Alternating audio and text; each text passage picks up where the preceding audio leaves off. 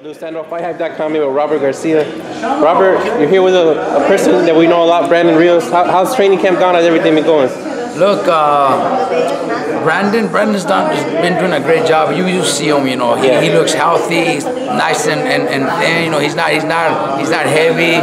He's not leaving those 20 pounds for the week of the fight like he normally did before. You know, he's only like 5 or 6 pounds overweight right now. You know, I'm very, very happy that he changed his mentality, his eating habits, and that was, you know, pretty much the condition when me and Donald met up with him to put the team back together. That's one thing we told him. Look, you know, you've had so much potential, but you also fucked up, you know, a lot of those fights because of your weight, you know, because you didn't do things right.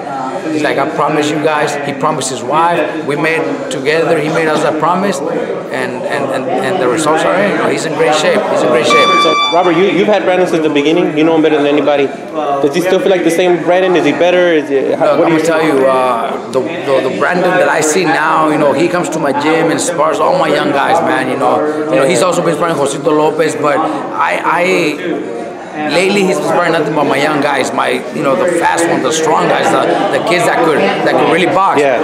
And all the kids tell me, "Fuck, we can't hang." You know, the first 2 or 3 rounds are good, but then after 3 or 4 rounds, you know, because they do 5 or 6 with Brandon. Brandon likes to do a lot of rounds. He does up to 15 rounds of sparring. So I have to have like 3 guys. They're like, "Fuck," you know, it's just the way Brandon is. You know, his style, it just makes it so awkward and difficult. He tires them out very easy. And he's relentless, right? Yeah, exactly. So, you know, I see the Brandon right now. I think we have the Brandon that prepared to fight Anthony Peterson, Acosta when he won his first world title. I think that's the Brandon that we're gonna see. The Brandon that beat Alvarado the first time. You know, that's the Brandon that I see, and I think we're gonna have a good fight. You know, Danny Garcia is a hell of a fighter, but I think I have confidence, you know, with the work that Brandon's doing in the gym and sparring, and then the work that Donald is doing back home in Oxnard is great. So how do you see this fight playing out with Danny? Because a lot of people think Danny likes to counterpunch, Brandon likes to go forward. Do you see it being an action fight, or do you see it being right in boxing a little bit more? You know what? It's going to be an action fight.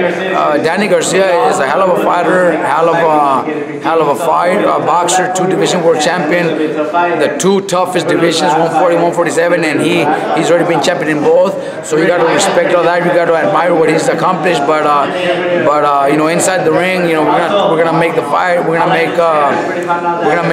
gonna try to make Danny fight, you know, and please the crowd and go out with a great fight. You know, a fight that people are gonna remember, and a fight that's gonna require a rematch, because you know, he also has a rematch clause. So we're gonna have to give him a rematch.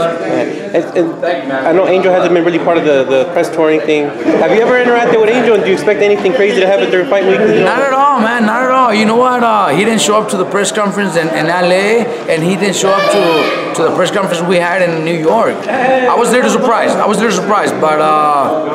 But now I'm sure he'll be there the week of the fight. The weigh-ins, I'm sure there's gonna. I really don't know what he's gonna say. Yeah. He's never disrespected me at all, so I don't expect him to disrespect me. But we're ready for whatever he says.